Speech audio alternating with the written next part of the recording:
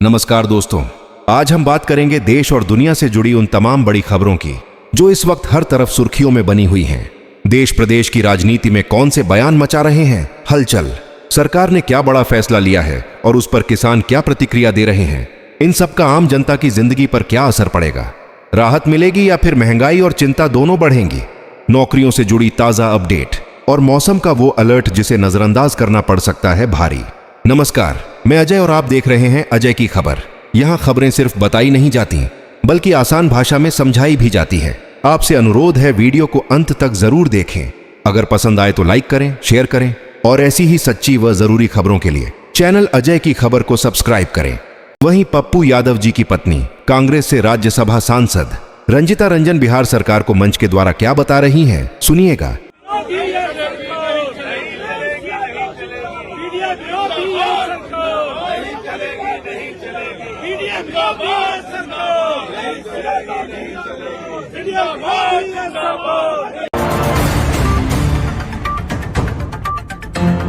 वहीं हरियाणा के पलवल से मजदूरों ने अपनी मांगों को लेकर बीजेपी सरकार के खिलाफ नारे लगाए। देखिए।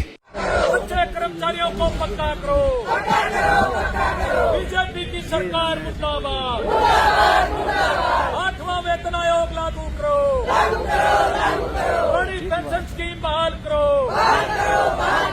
बीजेपी तेरी कमर खुदेगी, बीजेपी तेरी कमर खुदेगी, किसान मजदूर कर्मचारी एकता जिंदाबाद, किसान मजदूर कर्मचारी एकता जिंदाबाद। कांग्रेस सांसद प्रियंका गांधी जी ने स्पीकर ओम बिरला जी के बयान पर प्रधानमंत्री नरेंद्र मोदी जी को लेकर क्या कहा, सुनिए। स्पीकर साहब पे इतना प्रेशर है कि उनको खुद स्टेटमेंट देना पड़ रहा है जो सही नहीं है। अभी सवाल ही नहीं उठता कि कोई मोदी जी पे कोई हाथ उठाए या कुछ ऐसा करे, सवाल ही नहीं उठता।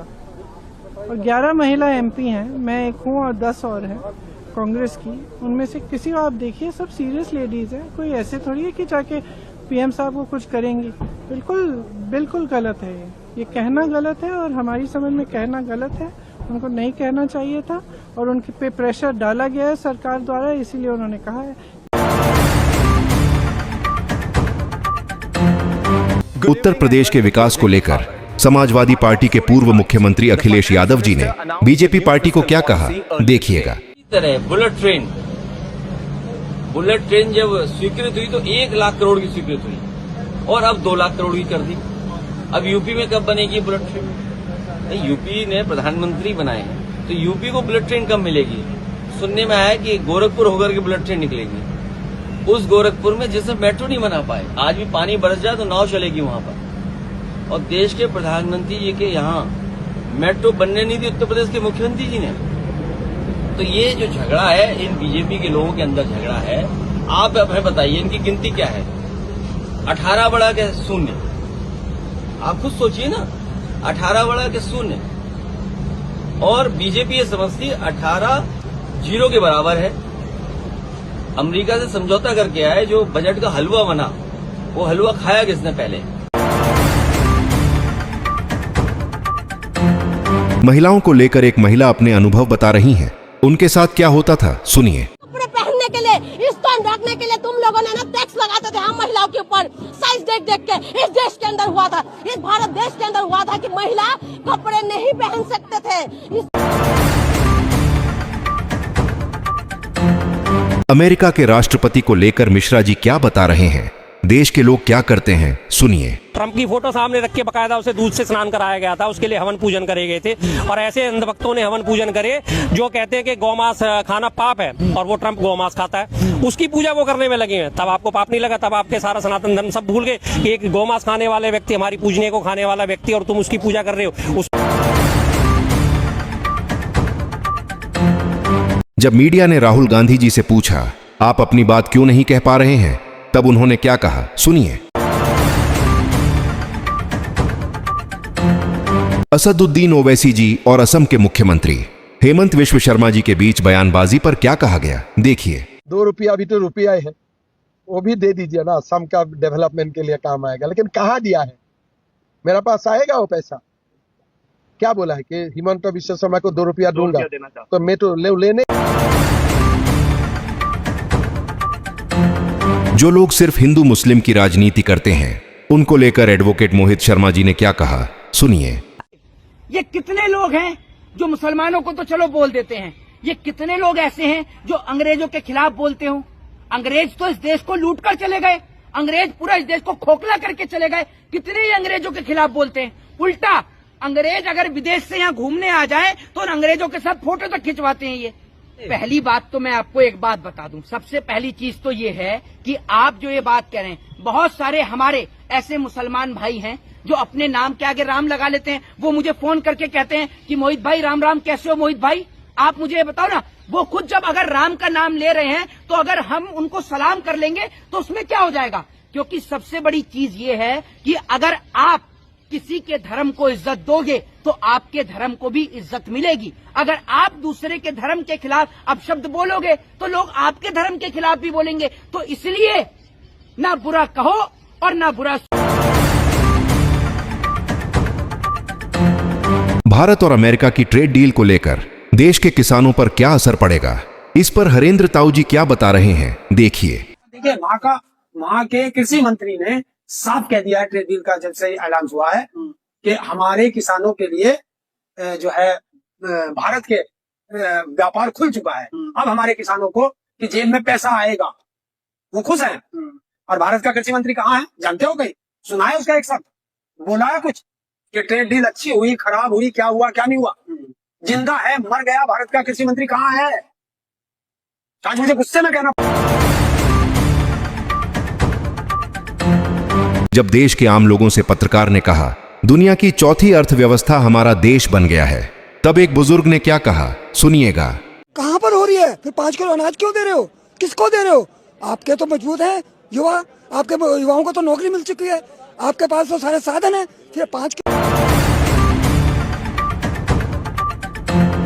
आज सुप्रीम कोर्ट को लेकर भी गंभीर सवाल उठे हैं। इस पर सुप्रीम कोर्ट के वकील बलराज मलिक जी क्या बता रहे हैं, सुनिए। जो दिल्ली दंगों में प्रमुख घटिया भाषा यूज कर रहा था, जब उसके खिलाफ आदेश दिया जस्टिस मुरलीधर ने, तो रात को ही बदली हो गई थी भाई। और सुप्रीम कोर्ट के 5 जज जो कॉलेजियम में होते हैं वो दोषी थे, अपराधी थे उस वक्त उस आदमी की बदली करने में। जब सुप्रीम कोर्ट इस तरह की साजिश में शामिल हो सकती है तो बाकी देश की क्या सिचुएशन है। इसलिए मैं बार बार देश के नागरिकों से यही निवेदन होता है कि देश के नागरिक लगातार जागते रहें, लगातार चौकस रहें। समाजवादी पार्टी के प्रवक्ता राजकुमार भाटी जी बीजेपी पार्टी और उसके संगठन दलों को लेकर क्या कह रहे हैं, सुनिए। भारतीय जनता पार्टी आरएसएस के रावण की तरह कई मुंह हैं। रावण के 10 सिर थे, इनके 100 सिर हैं। ये एक मुंह से कुछ कहते हैं, दूसरे से कुछ कहते हैं, तीसरे से कुछ।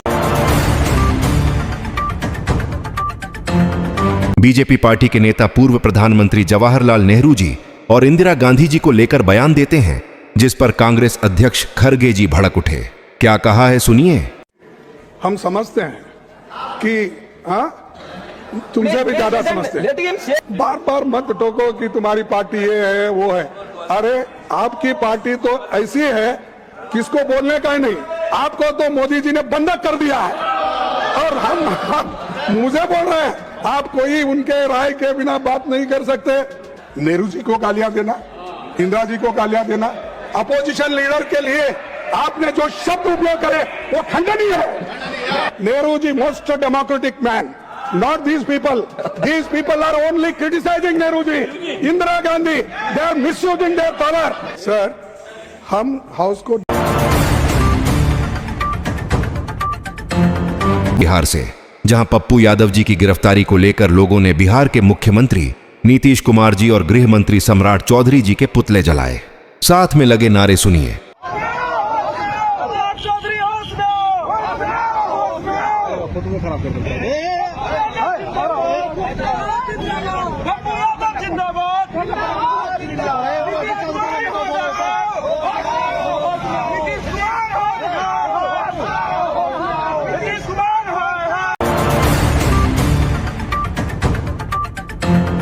उत्तर प्रदेश की राजधानी लखनऊ में, जहां समाजवादी पार्टी के विधायकों ने विधानसभा के बाहर सरकार के खिलाफ लगाए नारे, देखिए जरा। देखिए, जो प्रधानमंत्री साथ ही सांसदों से डर जाए, लोकतंत्र में उस व्यक्ति की जगह ही नहीं है। महिलाओं से डर रहे हैं और ऐसी ऐसी बातें कर रहे हैं कि महिलाएं दांत से काट के कहीं उन पर हमला कर दें। शर्म आनी चाहिए प्रधानमंत्री को और पीयूष गोयल को कि इस देश की चुनी हुई सांसदों के खिलाफ इस तरह की बातें करते हैं। ये इनकी मानसिकता दर्शाता है। सही बात ये है कि ये सवालों से डरते हैं। इनको मालूम है कि एप्स्टीन फाइल्स का सच इनके सामने आ रहा है। इन्हें मालूम है कि जनरल नरवणे की किताब इनके सामने आ रही है। इन्हें मालूम है इन्होंने एक ऐसी डील की है जो आप हर रोज इतनी प्यारी कमेंट करते हैं जिसको पढ़कर मुझे बहुत अच्छा लगता है। ऐसी सच्ची निष्पक्ष खबरें देखने के लिए अपने दोस्तों के साथ वीडियो शेयर करें। अगर अभी तक चैनल को सब्सक्राइब नहीं किया है तो जरूर कर लें, बेल आइकन को ऑल पर प्रेस करें। ये थी आज की सबसे बड़ी खबरें। मेरे साथ वीडियो के अंत तक बने रहने के लिए आपका बहुत बहुत धन्यवाद।